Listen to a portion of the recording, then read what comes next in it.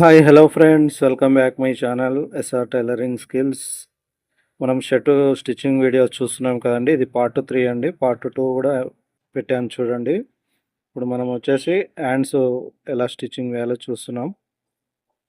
ఇంతకుముందు part 1 part 2 videos 2 ఉన్నాయండి, అది చూసేయండి. దానికి కంటిన్యూషన్ ఈ పార్ట్ 3 వీడియో అండి. ఇలా మనం రెట్టెలకి ఇట్లా చూసుకొని ఎంత సరిపోతుందో అంత ఇలా ఈ విధంగా కటింగ్ చేసుకోవాలండి. హ్యాండ్స్కి ఫ్రంట్ బ్యాక్ రెండు కటింగ్ చేసుకోవాలండి. ఓన్లీ ఫ్రంట్ ఒకటే కటింగ్ చేస్తే ఎక్కువ తక్కువలు వచ్చేస్తాయి.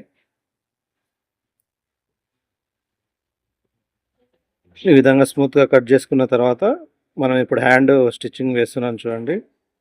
చూసుకుంటూ వేయాలండి. మనం సెంటర్లో కచక పెట్టుకుంటాం కదా, షోల్డర్కి హ్యాండ్కి ఆ కచకలు రెండు కలిసేటట్టు చూసుకోవాలండి. అలా కలిసినాయంటే ఈక్వల్గా వస్తుంటాయి. ఈ విధంగా వేసుకోవాలి. కరెక్ట్గా చూసుకొని అడ్జస్ట్ చేసుకుంటూ వేసుకోవాలి. హ్యాండ్ రెండు ఈక్వల్గా వచ్చేటట్టు చూసుకోవాలి. ఒక హ్యాండ్ ఎక్కించాను కదా, ఇప్పుడు రెండోది స్టిచ్చింగ్ చేస్తున్నాను. రెండు హ్యాండ్ వచ్చేసి హ్యాండ్ అనొచ్చు, స్లీవ్ అనొచ్చు, రెట్ట అనొచ్చు అండి. ఏ విధంగానైనా పిలవచ్చు. ఈ విధంగా ఒక హాఫ్ ఇంచ్ కంటే కొంచెం తక్కువ మాయతో పట్టుకొని ఈ విధంగా వేసుకోవాలి. వేసుకున్న తర్వాత పైనుంచి మళ్ళీ స్టిచ్చింగ్ వస్తుందండి, చూపిస్తాను చూడండి. దీనికి ఓవర్లాక్ కూడా వేసుకుంటారండి, కానీ ఈ విధంగా వేస్తే రెడీమేడ్ మోడల్ లుక్ వస్తుంది కాబట్టి ఈ విధంగా వేస్తాం. ఇప్పుడు స్టిచ్చింగ్ వేస్తున్నాను చూడండి పైనుంచి.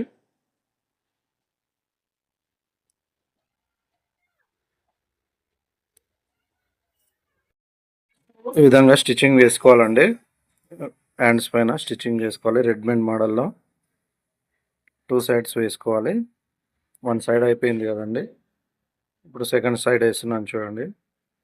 కొంచెం వెడల్పుగానే వేసుకుంటే నీట్గా అనిపిస్తుందండి రెడీమేడ్ మోడల్లో. నేనైతే రెడీమేడ్ మోడల్లోనే వేస్తాను. మనం హ్యాండ్స్ స్లీవ్స్ స్టిచ్చింగ్ చేసినాం కదా, పైన ఓవర్లాక్ వేసుకోకుండా ఎక్కించినాం కదా, అందుకు రెడీమేడ్ మోడల్ వేస్తేనే బాగుంటుందండి. ఇలా వేసుకున్న తర్వాత సైడ్లో స్టిచ్చింగ్ చేస్తున్నాను చూడండి. ఈ విధంగా సైడ్లో స్టిచ్చింగ్ వేసుకోవాలి. ఒక హాఫ్ ఇంచ్ అంత వదిలేసి. మీకు టైలరింగ్ సంబంధించి ఏమైనా డౌట్స్ ఉన్నా కూడా కామెంట్ చేయండి. అలాగే మీ ఫ్రెండ్స్కి షేర్ చేయండి. అలాగే సబ్స్క్రైబ్ కూడా చేసుకోండి.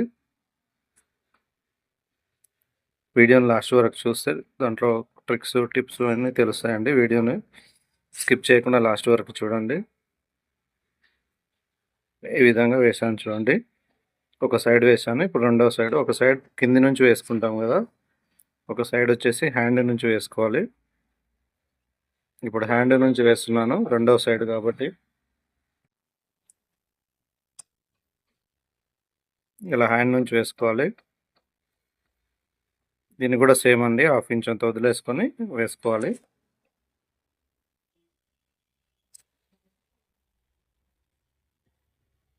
ఈ విధంగా హాఫ్ ఇంచ్ అంత వదిలేసుకొని మొత్తం కింది వరకు వేసుకోవాలి.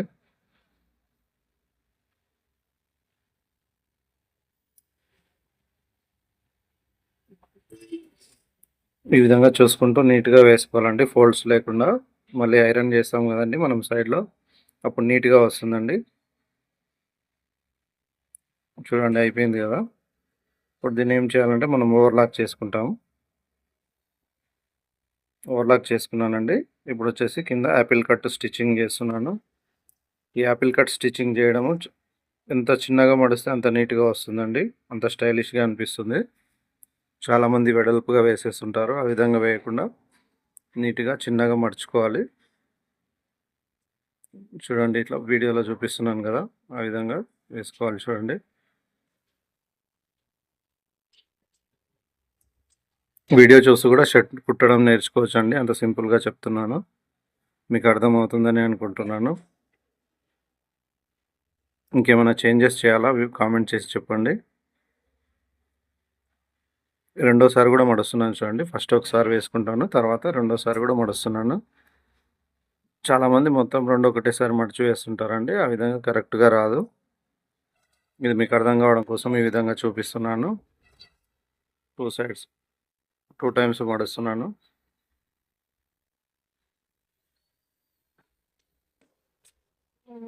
చూడండి ఇలా కరెక్ట్‌గా ఉంటుందండి. షేప్ గాని అవన్నీ గాని యాపిల్ కట్ షేప్ గాని క్లియర్‌గా వస్తుంది. పెద్దగా మడవడం వల్ల అంత అట్రాక్టివ్‌గా అనిపించదండి షర్టు.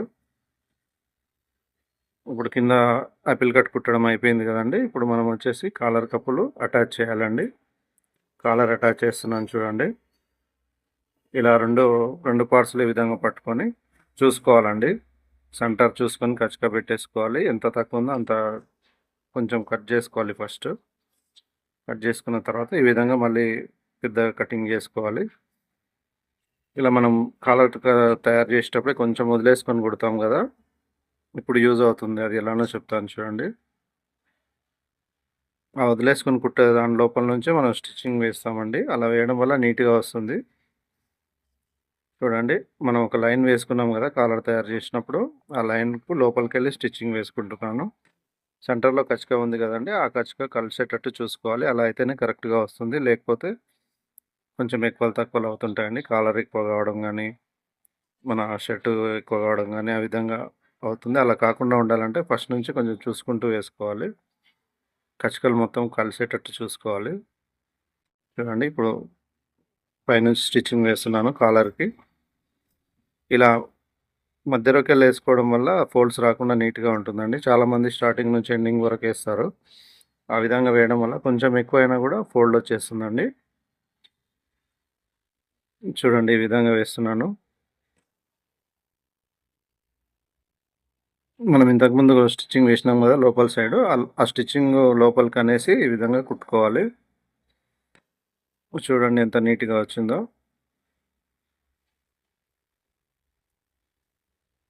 ఇప్పుడొచ్చేసి మనం మన స్లీవ్స్‌కి కఫ్స్ అటాచ్ చేస్తున్నాం చూడండి. ఫస్ట్ ఈ విధంగా చూసుకొని లోపల సైడ్ ఫోల్డ్ లేకుండా ఇలా రఫ్ చేసుకోవాలి. ఈ రఫ్ చేసుకోవడం వల్ల ఏమవుతుందంటే నీట్‌గా వస్తుందండి. ఇలా చూసుకోవాలి. లోపల సైడ్ మనం చాక్ పట్టి కాకుండా వేరే ఇంకో సైడ్ మడిచి కుడతాం గదండీ! దాన్ని ఈ విధంగా రఫ్ చేసుకోవాలి. రఫ్ చేసుకొని కటింగ్ జేసుకోవాలి చూడండి ఈక్వల్‌గా. ఈ విధంగా చేసుకోవాలి. ఇలా నీట్‌గా చేసుకోవాలండి. ఈక్వల్‌గా వచ్చేటట్టు చూసుకోవాలి. లేదంటే ఎక్కువ తక్కువలో వచ్చేస్తాయండి మనం కప్పులు అటాచ్ చేసిన తర్వాత. ఒక సైడ్ కటింగ్ చేసినాం గదా! ఇప్పుడు రెండో సైడ్ కటింగ్ చేస్తున్నాను చూడండి. మళ్ళీ సేమ్ అదే విధంగా రఫ్ చేసుకుంటున్నాను. ఈ విధంగా రఫ్ చేసుకొని కటింగ్ చేసుకోవాలి.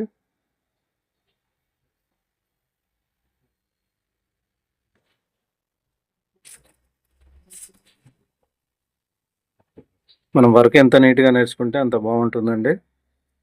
ఒక్కసారి వర్క్ ఇంట్రెస్ట్ పెట్టి నీట్‌గా నేర్చుకున్నామంటే జీవితాంతం మనం అదే విధంగా చేస్తుంటాం కాబట్టి చాలా నీట్‌గా అనిపిస్తుంది. చూడండి సేమ్ కట్ చేస్తున్నాను. ఈక్వల్‌గా కటింగ్ చేసుకోవాలి. లేదంటే ఒక హ్యాండ్ తక్కువ, ఒక హ్యాండ్ ఎక్కువ అయిపోతుంది. కొంచెం ఎక్కువ కట్ చేసినా గూడా. మనం కఫ్ తయారు చేసినప్పుడు ఇక్కడ కచకలు పెట్టుకున్నాం గదండీ క్లాత్‌కి, అస్తర్ క్లాత్‌కి. ఒక సైడు ఫస్టు ఒక చాక్ పట్టి లెంత్ సైడ్ నుంచి అటాచ్ చేయాలండి. ఇక్కడ ఒక ప్లేట్ పెడుతున్నాను చూడండి. ఇంతకుముందు రబ్ చేసుకున్న ప్లేస్‌లో ఒక ప్లేట్ వస్తుంది. చాక్ పట్టి పక్కలో గూడా ఒక ప్లేట్ వస్తుందండి. చాక్ పట్టి నుంచి ఒక ఇంచ్ వరకి అంత దూరంలో పెట్టుకోవాలి ప్లేట్ వచ్చేసి.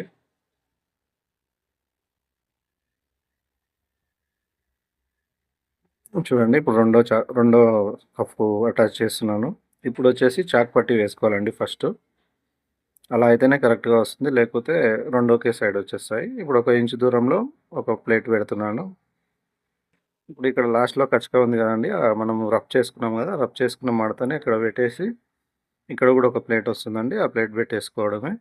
చాలా సింపుల్ అండి. ఈ విధంగానే చాలా సింపుల్‌గా అనిపిస్తుంది. చాలామంది కప్పులని కాలర్‌లాగా తయారు చేసి ఆ విధంగా చేస్తుంటారు. అలా అయితే కొంచెం లేట్ ప్రాసెస్.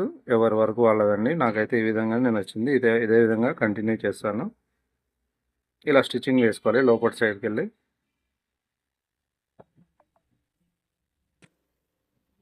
ఇలా కరెక్ట్‌గా చూసుకొని స్టిచ్చింగ్ వేసుకోవాలి.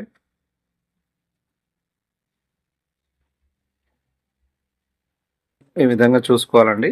ఆ చాక్ పట్టి అవన్నీ దాటి వెళ్ళకుండా వేసుకోవాలి స్టిచ్చింగ్ వచ్చేసి. ఇలా వేసుకున్న తర్వాత ఫల్టాయించాలండి కప్పులని. ఫల్టాయించాలంటే లోపలికి మడిచేసేయాలి. మడిచేసి స్టిచ్చింగ్ ఈ విధంగా వేసుకోవాలి.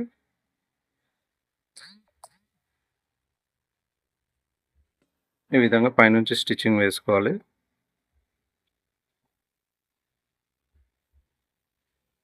ఇంతకుముందు లోపల సైడ్‌కెళ్ళి వేసినాం కదా! అది లోపలికి మడిచేసి ఈ విధంగా పైనుంచి స్టిచ్చింగ్ వేసుకోవాలి చూడండి. ఒక కప్పు కంప్లీట్ అయిపోయిందండి. ఇప్పుడు రెండో కప్పును స్టిచ్చింగ్ వేయాలి. సేమ్ ఇదే మోడల్‌లో వేసేసుకోవాలి. ఇప్పుడు చెప్పినట్టుగానే ఈ విధంగా మడతపెట్టి సైడ్‌లో స్టిచ్చింగ్ వేసుకొని ఈ విధంగా మడత పెట్టుకొని వేసేసుకోవాలి. నా వర్క్ గనుక మీకు నచ్చినట్టయితే please like, share, comment, subscribe my channel. మీకు ఎలాంటి డౌట్స్ ఉన్నా కామెంట్ చేయండి. రిప్లై ఇస్తాను. అలాగే మీ ఫ్రెండ్స్‌కి షేర్ చేయండి. బెల్ ఐకాన్‌ని ఆన్‌లో పెట్టుకోండి. నేను ఏమైనా వీడియోస్ చేస్తే మీకు నోటిఫికేషన్ రూపంలో వస్తుందండి. ప్లీజ్ లైక్, షేర్, కామెంట్ అలాగే సబ్స్క్రైబ్ చేయండి. Subscribe my channel. చూడండి ఈ విధంగా ఫల్టాయించుకోవాలి చూడండి. కత్తెరతో కొంచెం మెల్లగా ఇలా ప్రెస్ చేయాలి. లేదంటే గట్టిగా చేస్తే హోల్ పడిపోతుంది. ఆ విధంగా కాకుండా ఉండాలంటే చాలా మెల్లగా నీట్‌గా చేయాలి. చూడండి పైనుంచి ఈ విధంగా స్టిచ్చింగ్ వేసుకోవాలి.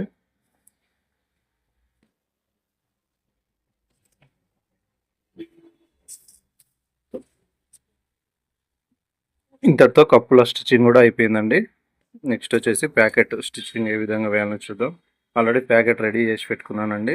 అందుకోసమనే డైరెక్ట్ స్టిచ్చింగ్ వేస్తున్నాను. నేను ఒక వీడియోలో ప్యాకెట్ ఏ విధంగా రెడీ చేసుకోవాలి, ఎలా స్టిచ్చింగ్ వేయాలో కూడా వీడియో చేస్తానండి. ఈ విధంగా స్టిచ్చింగ్ వేసుకోవాలి, చూసుకుంటూ వేసుకోవాలి. ఆల్రెడీ మనం ఫస్టే రెడీ చేసి పెట్టుకున్నాం ప్యాకెట్ కాబట్టి మీకు అర్థం కాకపోవచ్చు. నేను ఇంకో సపరేట్ వీడియో చేస్తాను దానికోసం అని చెప్పేసి. ప్యాకెట్ ఏ విధంగా ఎంత తీసుకోవాలి, ఎలా చేయాలి అని చెప్పేసి చేస్తుంటాను. మన ఛానల్తో కనెక్ట్ అయి ఉండండి. ఇంతవరకు నా వీడియో చూసినందుకు ధన్యవాదాలండి. ఇలాగే అందరూ ఆదరిస్తారని కోరుకుంటున్నాను. Thanks for watching my channel.